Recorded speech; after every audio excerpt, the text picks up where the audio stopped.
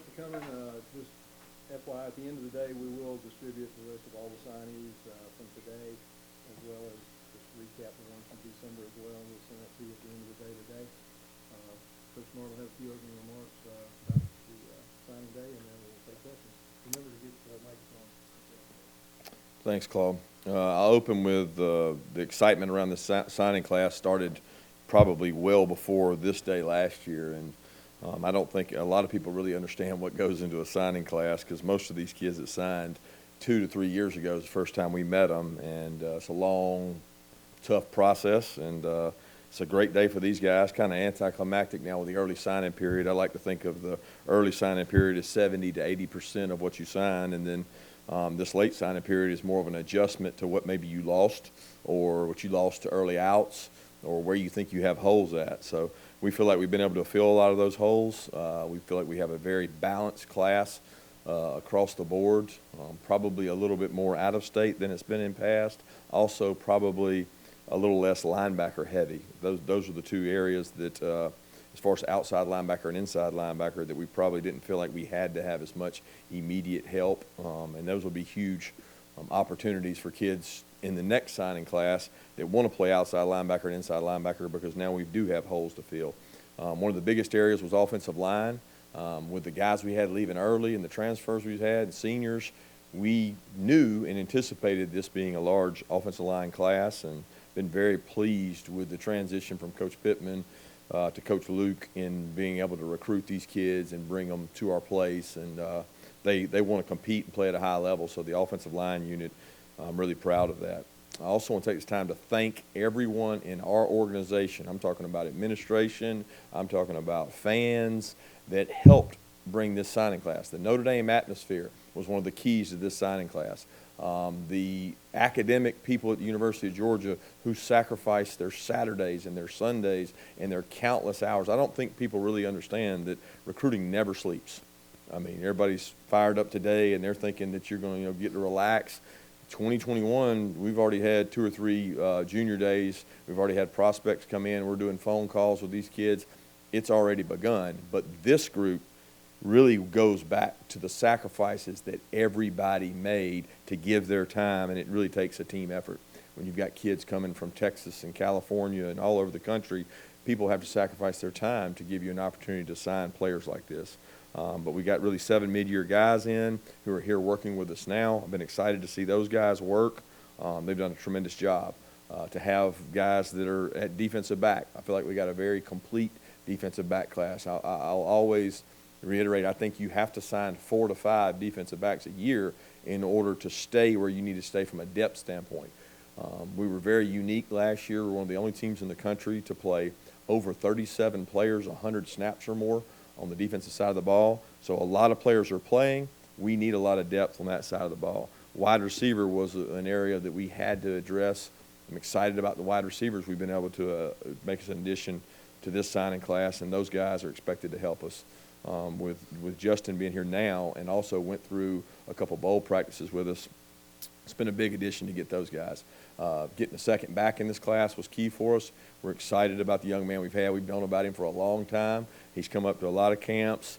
He plays in what's probably one of the toughest divisions and regions in our total state, and he's played at a high level. And you talk about the people he's had to play against, he's been a really good player, talking about Dejon Edwards. And then obviously Kendall joining us mid-year has been a big addition too. So I'm really excited about this class from an academic character standpoint, which to me matters as much as anything. But this class will be judged based on how they finish, not where they rank right now, which is not of any concern of ours. So with that, I'll open it up for questions.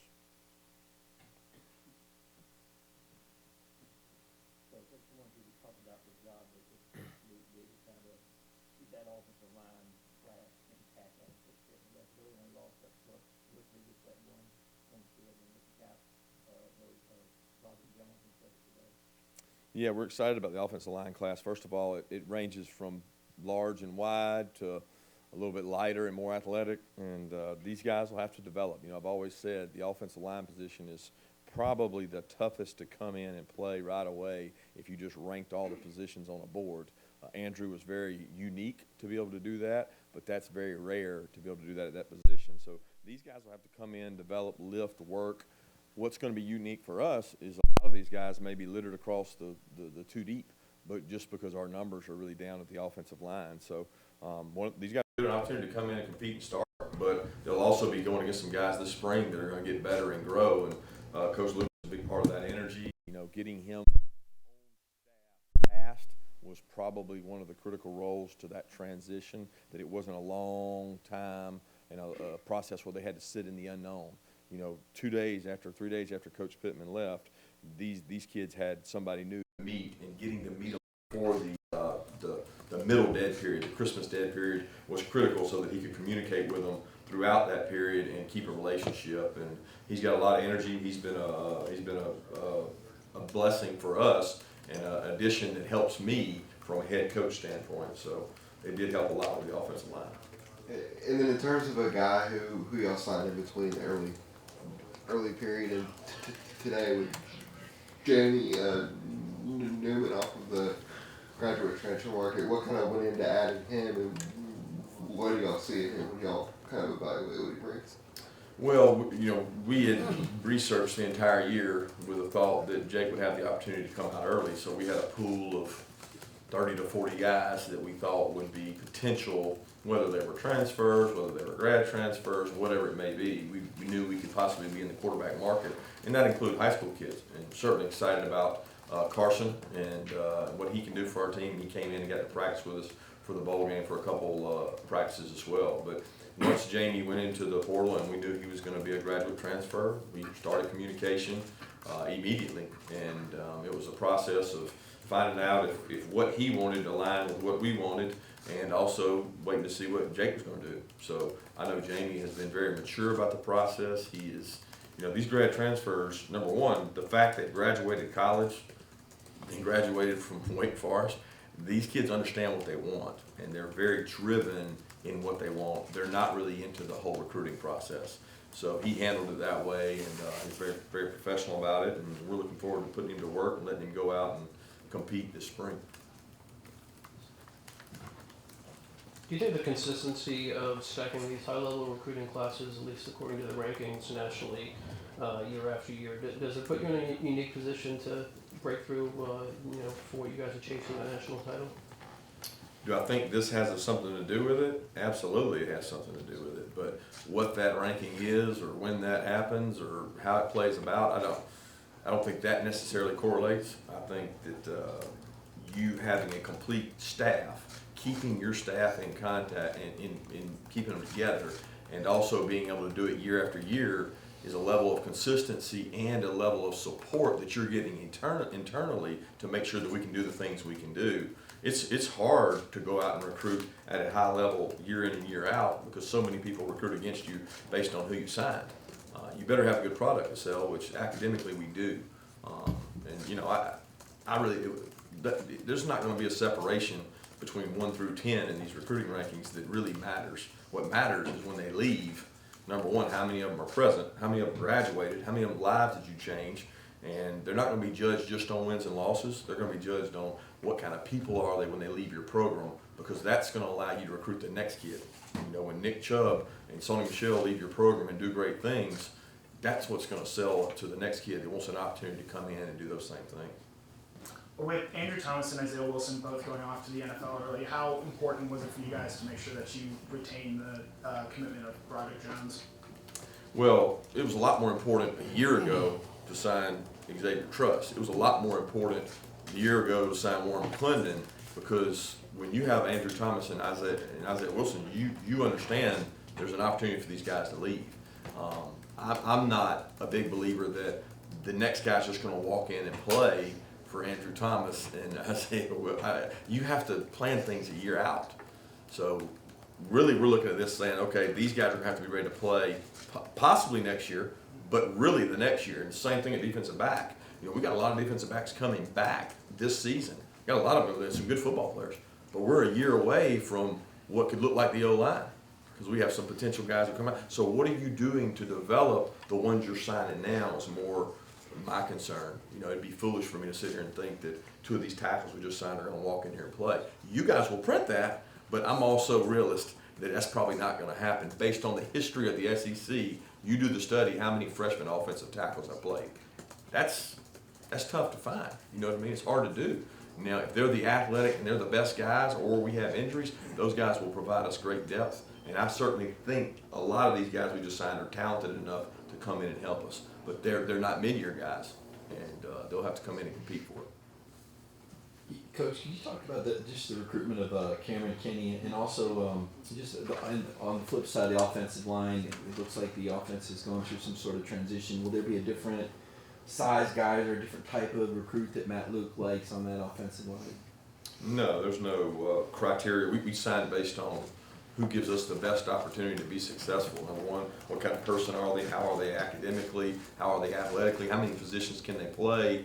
No, there's no size criteria, big or small, that we're necessarily trying to change to. That's not the case. I mean, you got to go to pass pro, you got to go to run block, and it's not like a philosophical difference there.